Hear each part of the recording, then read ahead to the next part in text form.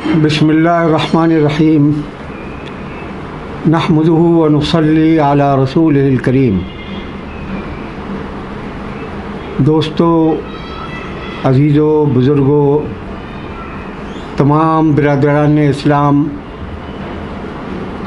آج کی گفتگو کا موضوع ہے حسن عمل۔ حسن عمل کا مطلب ہے ایکسلنس، یا انگریزی میں جسے کہتے ہیں پرفیکشن۔ تو حسن عمل یا پرفیکشن یا ایکسلنس کامیابی کی شاہ کلید ہے۔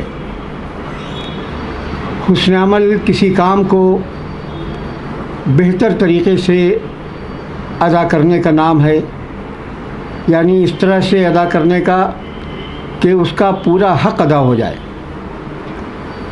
تو دنیا اور آخرت کی کامیابی کا انحصار حسن عمل میں پنہا ہے۔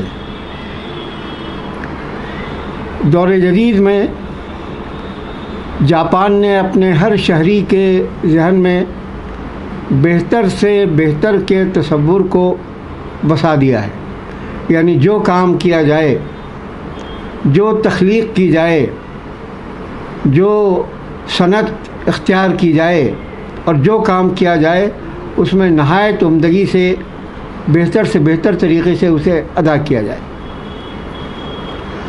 مغرب کے ممالک اس تصور کو اپنا رہے ہیں اور اسی لیے ترقی کر رہے ہیں۔ دوستو، اسلام نے اول روز سے اپنے ماننے والوں کو اس امر کی تلقین کی ہے کہ ہر کام کو سلیقے کے ساتھ اور عمدگی کے ساتھ ادا کیا جائے۔ حضرت عائشہ رضی اللہ تعالیٰ عنہ سے روایت ہے کہ اللہ کے رسول نے ارشاد فرمایا کہ اللہ تعالیٰ اس شخص سے محبت کرتا ہے جو کام کو احسن طریقے سے انجام دے۔ اس حدیث کو اس دور کے بہت مشہور محقق اور محدث ناصر الدین البانی نے الاحادیث الصحیحہ میں شمار کیا ہے، یعنی تمام صحیح احادیث کا جو انہوں نے مجموعہ تیار کیا ہے اس میں انہوں نے اس حدیث کو شامل کیا ہے۔ ایک دوسری حدیث میں اللہ کے رسول نے فرمایا، اللہ تعالیٰ اس کام کے کرنے والے کو پسند کرتا ہے جو کام کو خوبصورتی کے ساتھ انجام دے۔ اب اسی موضوع سے متعلق ایک اور روایت دیکھیے۔ حضرت حسان ابن ثابت روایت کرتے ہیں، بیان کرتے ہیں کہ میری ماں سیرین نے فرمایا کہ میں محمد صلی اللہ علیہ وسلم کے گھر میں تھی۔ آپ کے بیٹے ابراہیم کا جو حضرت ماریہ کے بطن سے تھے انتقال ہو گیا۔ میں اور میری بہن نے زور زور سے رونا شروع کیا۔ آپ نے ہمیں آہ و بکا سے روکا۔ بچے کو غسل دیا گیا، کفن پہنایا گیا۔ پھر رسول اللہ صلی اللہ علیہ وسلم اور آپ کے صحابہ نے بچے کی نعش کو قبر میں اتارا۔ اس وقت سورج گہن ہوا تو کچھ لوگوں نے کہا کہ یہ سورج کا گہن ہونا ابراہیم کی موت کی وجہ سے ہے۔ آپ نے ارشاد فرمایا کہ سورج کسی کی موت و حیات کی وجہ سے گہن نہیں ہوتا۔ اب جو بات کہنے کی ہے اس حدیث میں وہ یہ ہے کہ جب ابراہیم کو دفن کیا گیا اور مٹی کی قبر بن کر تیار ہو گئی تو اس میں تھوڑا سا سوراخ یا خالی جگہ باقی رہ گئی۔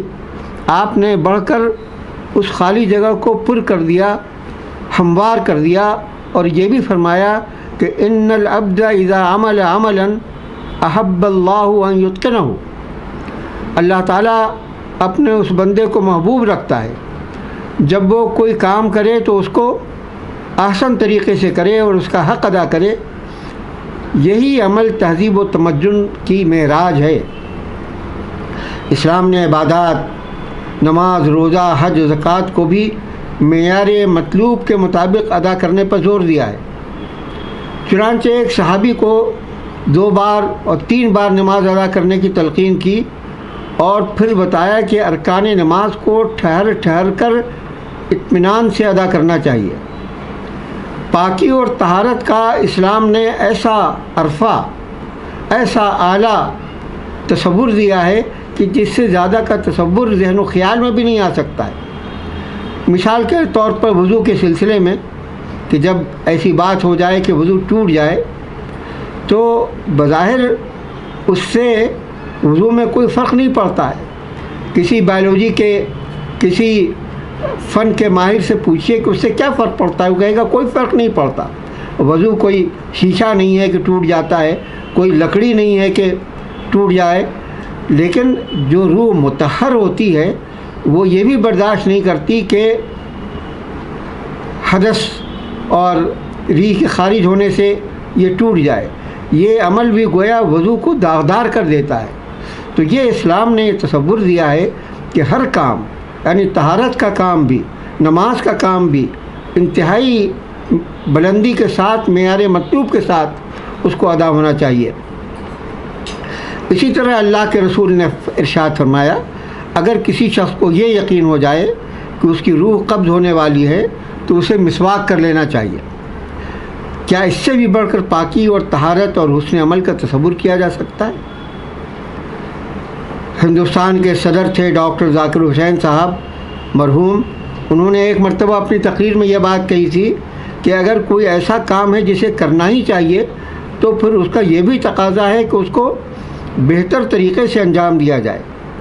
ہماری زندگی میں بعض کام جو خالص نجی نوعیت کے ہوتے ہیں، مثلا گھر میں چیزوں کو ترتیب سے رکھنا،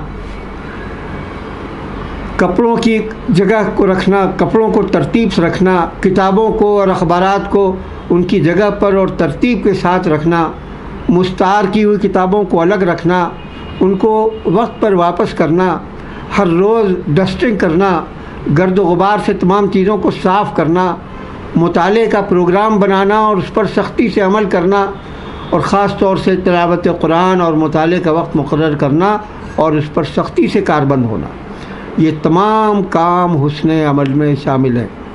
اگر آدمی گھر میں داخل ہو اور یہ محسوس کرے کہ چیزیں بے ترتیب رکھی ہوئی ہیں یا چیزیں جو ہیں اس پر گرد و غبار جمی ہوئی ہے تو اس کا مطلب یہ ہے کہ مزاج کے اندر صفائی نہیں ہے، ستھرائی نہیں ہے، پرفیکشن نہیں ہے، مزاج میں ترتیب نہیں ہے، ہر کام کو سلیقے سے کرنے کا مزاج نہیں بنا ہے.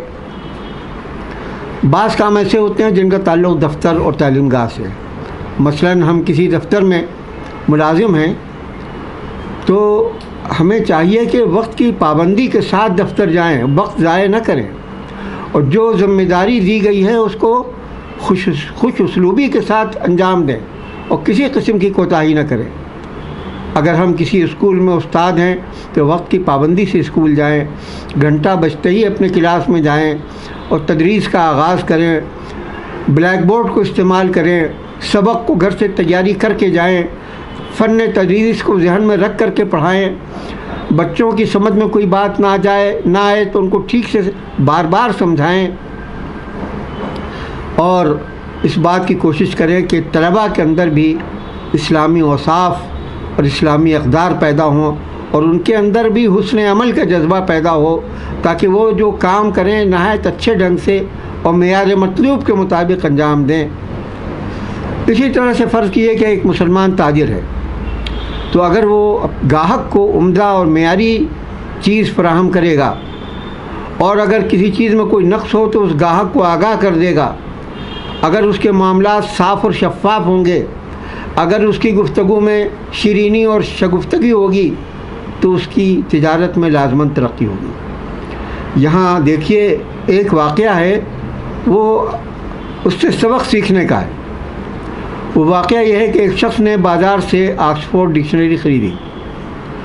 تقریباً 30 سال کے بعد ڈکشنری میں ایک لفظ وہ دیکھ رہا تھا تو وہ لفظ ڈکشنری میں نہیں ملا. اسے یہ پتہ چلا کہ وہ صفحہ ڈکشنری سے غائب ہے. اس نے پبلشر کو اپنی شکایت لکھی. پبلشر نے معذرت کرتے ہوئے لکھا کہ ہماری غلطی ہے، پرانی ڈکشنری ڈاک سے واپس بھیج دی جائے، ہم دوسری ڈکشنری آپ کو بھیج دیں گے اور ڈاک خرچ ہمارے ذمہ ہوگا. اور اس پر عمل کیا گیا اور اس شخص کو نئی ڈکشنری مل گئی. اس طرح کا رویہ اگر اختیار کریں تو کیا اس حسن عمل سے ہماری تجارت میں چار چاند نہیں لگیں گے؟ اور پھر کیا ہماری ساکھ غیر مسلم بھائیوں میں اچھی نہیں بنے گی؟ کیا غیر مسلم ہم سے تجارت کرنا پسند نہیں کریں گے؟ یہ ہوگا کہ غیر مسلم ہمیں دوسروں کے مقابلے میں ترجیح دیں گے اور وہ یہ سمجھیں گے کہ ہم زیادہ ایماندار ہیں، اپنے کاموں میں زیادہ مستعد ہیں، اپنے کاموں کو زیادہ سلیقہ مندی کے ساتھ انجام دیتے ہیں، ہمارے ہر کام میں پرفیکشن ہوتا ہے، ہم حسن عمل اختیار کرتے ہیں، ہم ایکسلنس کو حاصل کرنے کی کوشش کرتے ہیں۔ اگر ایمانداری سے جائزہ لیا جائے تو ہمارے اعمال میں حسن عمل کی، حسن معیار کی اور خلوص کی بہت کمی ہے، اور جس کی وجہ سے ہماری ساکھ غیر مسلموں کے درمیان دن بدن گرتی جا رہی ہے۔ اسی طرح سے پوری امت اگر اس بات کی کوشش کرے کہ وہ جو کام کرے پرفیکشن کے ساتھ کرے، اس کے اندر ایکسیلنس ہو، اس کے اندر ایک سلیقہ ہو، وقت کی پابندی ہو، معیار کو قائم رکھا جائے، تو کیا غیر مسلم اپنے تمام کاموں کے لیے ہمیں دعوت نہ دیں گے؟ کیا ہمیں وہ بلائیں گے؟ نہیں، ہوگا یہ کہ وہ ہر کام میں مسلمانوں کو ترجیح دیں گے، اور انہیں یہ محسوس ہوگا کہ مسلمان ایماندار ہوتا ہے، محنتی ہوتا ہے، ہر کام کو سلیقے کے ساتھ انجام دیتا ہے، اس کے ہر کام میں پرفیکشن ہوتا ہے۔ یہ ہے علاج ہمارے ملک میں جو ہماری ساکھ گر رہی ہے اس کو دور کرنے کا۔ تو اب جب کہ ساری دنیا ایکسلنس کی طرف آگے بڑھ رہی ہے اور ترقی کر رہی ہے، صنعت میں ترقی کر رہی ہے، تجارت میں ترقی کر رہی ہے، تو اس بات کی ضرورت ہے کہ ہم حسن عمل اور ایکسلنس اور پرفیکشن پر پوری توجہ دیں، اور اس لیے توجہ دیں کہ اسی میں ہماری دنیا کی بھی بھلائی ہے اور اسی میں ہماری آخرت کی بھی بھلائی ہے۔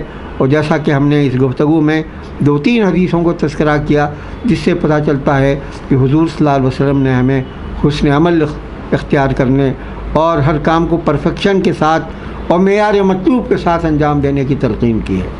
وآخر دعوانا ان الحمد للہ رب العالمین۔